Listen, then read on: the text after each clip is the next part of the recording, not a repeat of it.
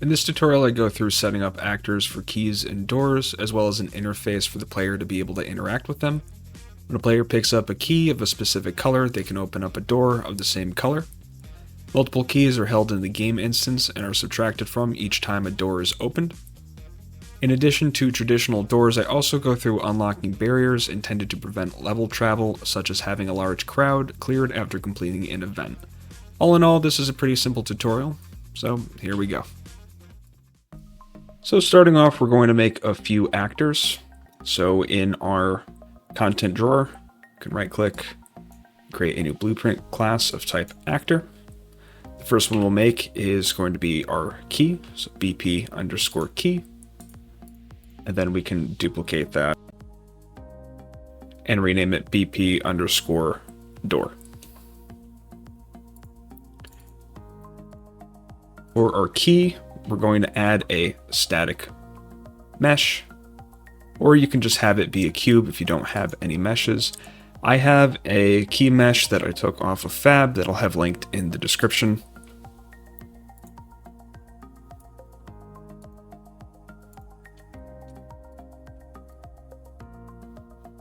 It looks like just a literal key, and just scale it to how you see appropriate.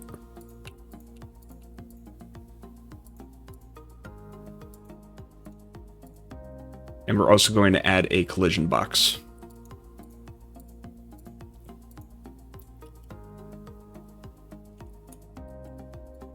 In our door,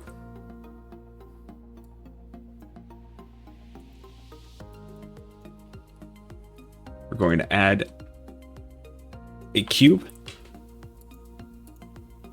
and another collision box.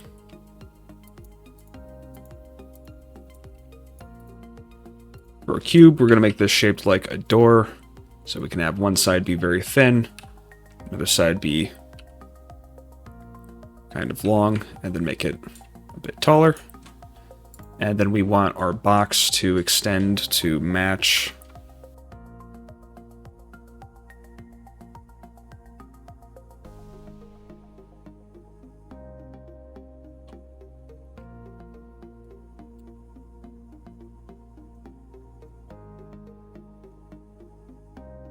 doesn't have to be perfect.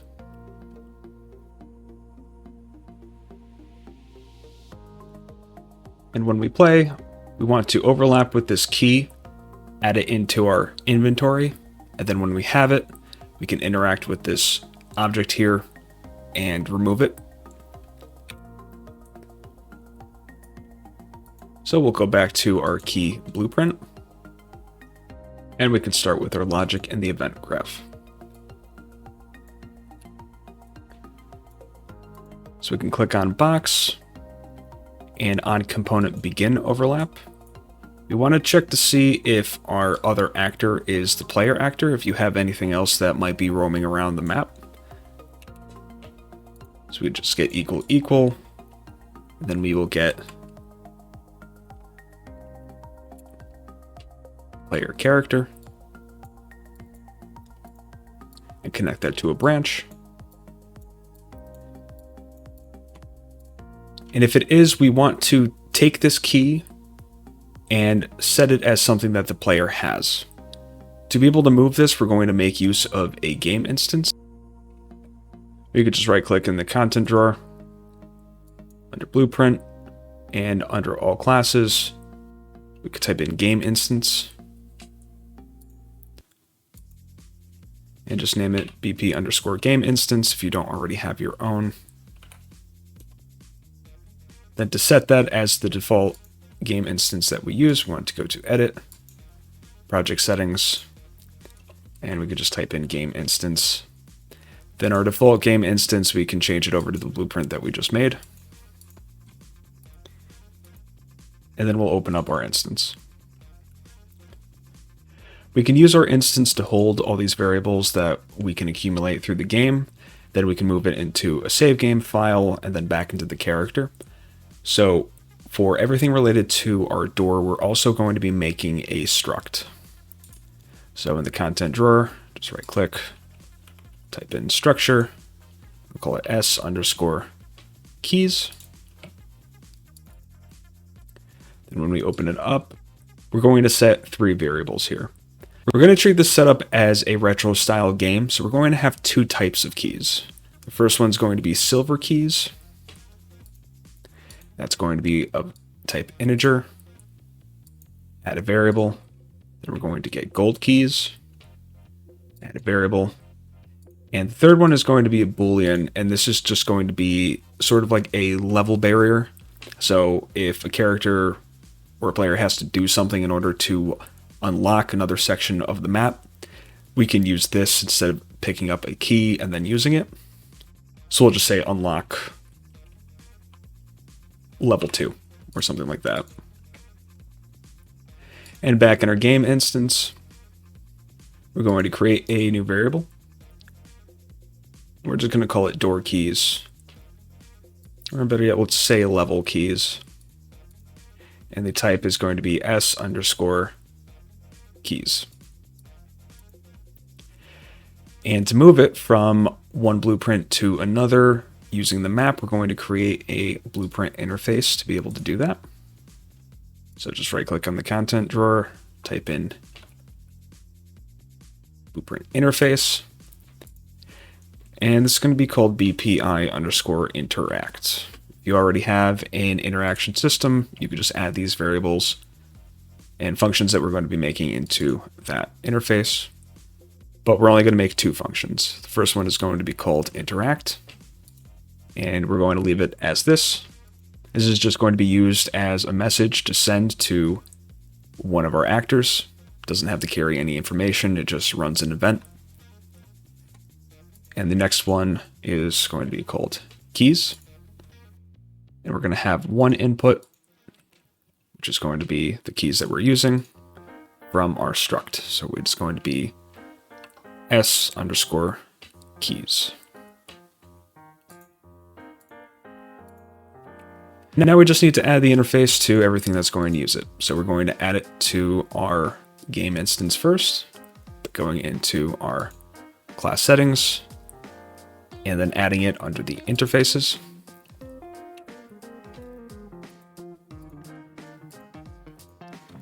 And we can double click on interact to set it, and keys as well. We shouldn't need interact, I'm just adding it here for the purposes of the demo. But we want to set our level keys equal to the variable that is coming off of our key event. Then on our door, class settings again, add the interface, compile it, keys, do the same thing.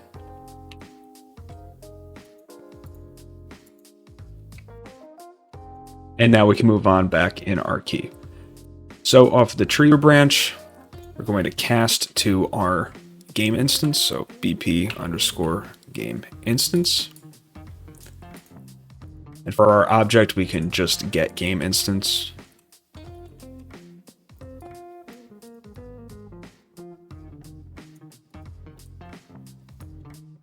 Then we're going to pull off of our instance call, and then we are going to get our level keys. Right click on level keys and split the structured pin. Now we're going to be copying this to differentiate between our silver keys and our gold keys. So for right now, we're just going to right click and type in ++ to get increment int. Connect it to the game instance. Then dragging off of our game instance, we're going to set our keys.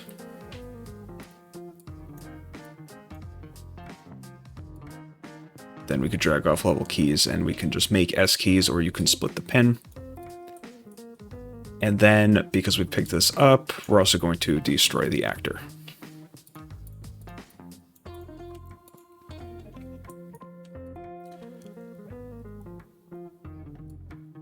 We could just connect one pin there so it doesn't error out. Then in our content drawer, we're going to duplicate our key. So this is going to be BP gold key.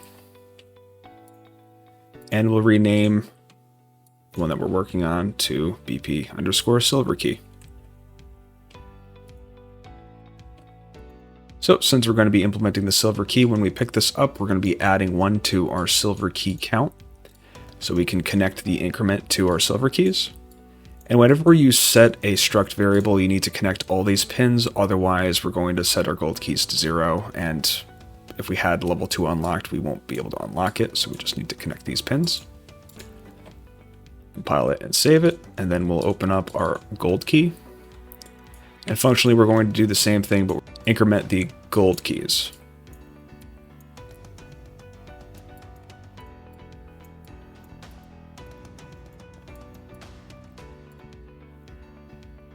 Then we can go over to our door, and we can double click on our interact.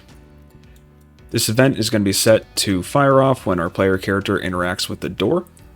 So first we need to see whether or not our character is going to be within the boundaries of our collision box. So we can drag in our box, then get is overlapping actor.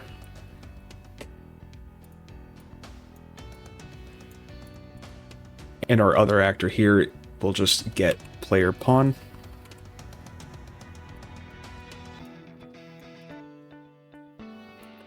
Then, much like our keys off of true, we're going to cast to our game instance.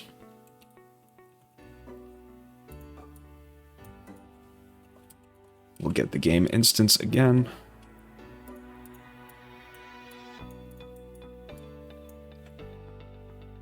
Then we'll get our keys. And we'll also need to set our keys.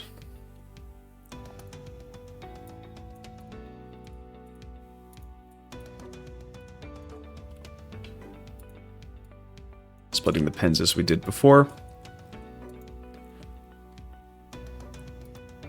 We'll copy our door.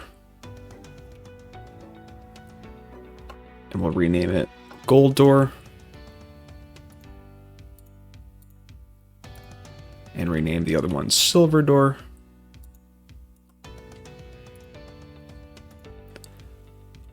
So for the silver door, we're going to take our silver keys. We are going to decrement them. But before that, we actually need to check to see if we have any keys available. So we're going to put on a branch. And we'll select our silver keys. Check greater than 0. And if it is, then we can remove them.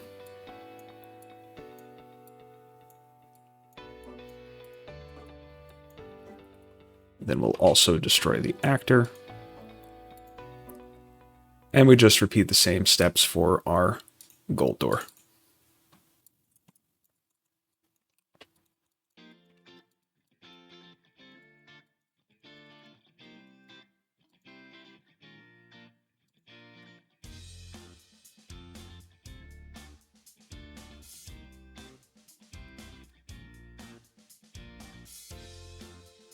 Okay, and we have our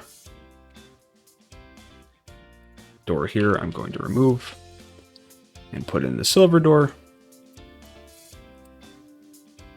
And I have materials already made, so we'll just drop that on.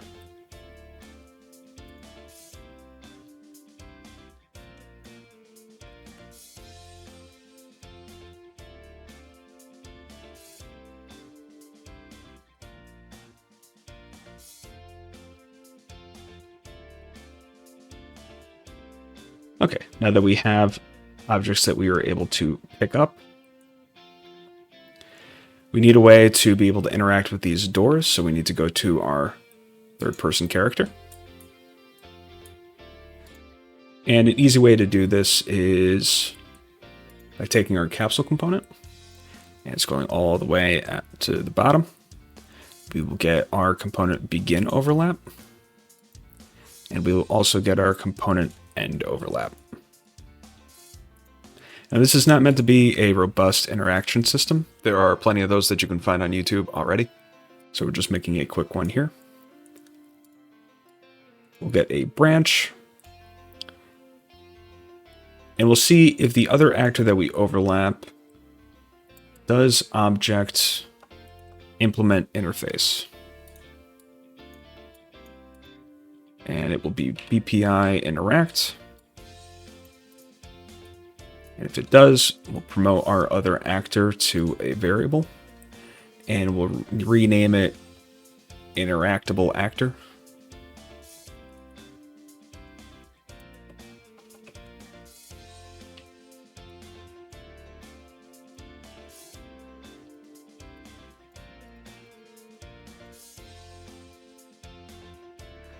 And then we'll copy all this. We'll put it on our end overlap. And we'll just remove the connection to our set. So then we set it to be blank when we leave it. So it's going to be invalid.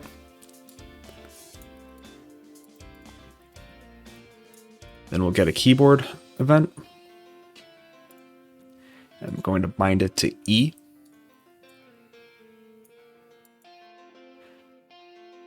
And we just need to take our interactable actor, drag off and say is valid, get the one with the question mark. And if it is, drag off the actor again, and we'll type in interact, and select the one that says message. And now when we test this out, we pick up the silver key. We're able to open up the silver door. Can't open up the gold door until we have the gold key, and then the doors are open. So now we're going to add a third path here. We're going to make a new blueprint. Type actor. We're just going to call it BP underscore level barrier. And for this, we're going to add a new skeletal mesh. And our mesh is going to just be simple Manny. And we want to make sure that collision is on, so we could just type in collision. And set it to block all.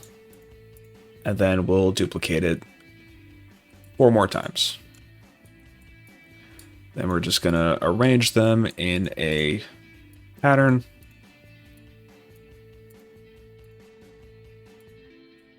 And drop it into our level.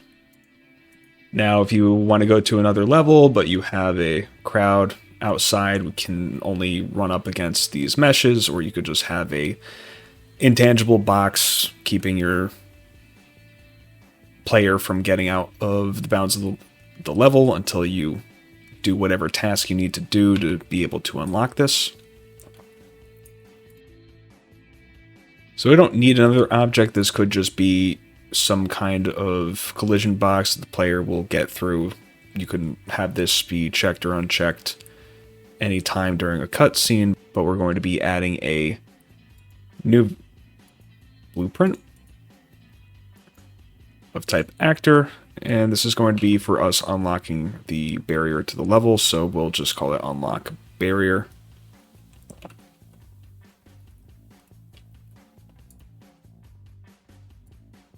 And we'll just drag that out right here.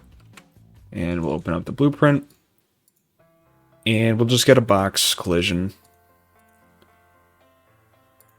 And I'm just going to put in a cube so then I can see where this is in the level. Just make it really tiny. And all we have to do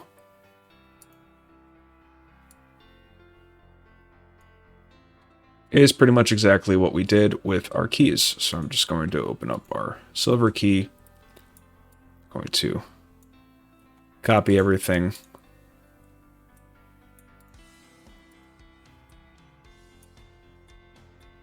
And instead of incrementing or decrementing,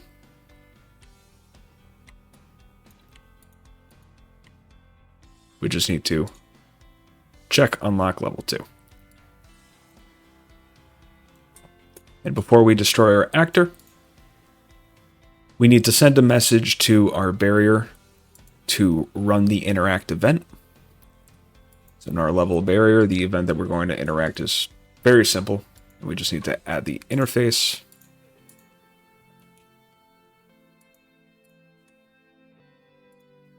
Then on interact, we could just destroy the actor. So we will make a new variable inside our unlock barrier. And we'll call it barrier to unlock. And the type will be BP underscore level barrier object reference. And we can click on the eye to make it instance editable. Drag it in. Type in interact message. And now in our map, under the variables, barrier to unlock, we only have one, which is our level barrier. So we set it to be that. So now when we overlap with our barrier unlock, it will just remove it. And then that's all we need to do. Thank you to the pillars of the Patreon for their support: Winterberry Shark, Francesco Pota, and K Panic, and to everyone else who supported this channel. If you like these tutorials, or want the annotated, simplified project files from just about everything I've done, or you just want to help me out, check out the description for my link to the Patreon. And feel free to join the Discord for updates, to ask questions, and even show off your own work.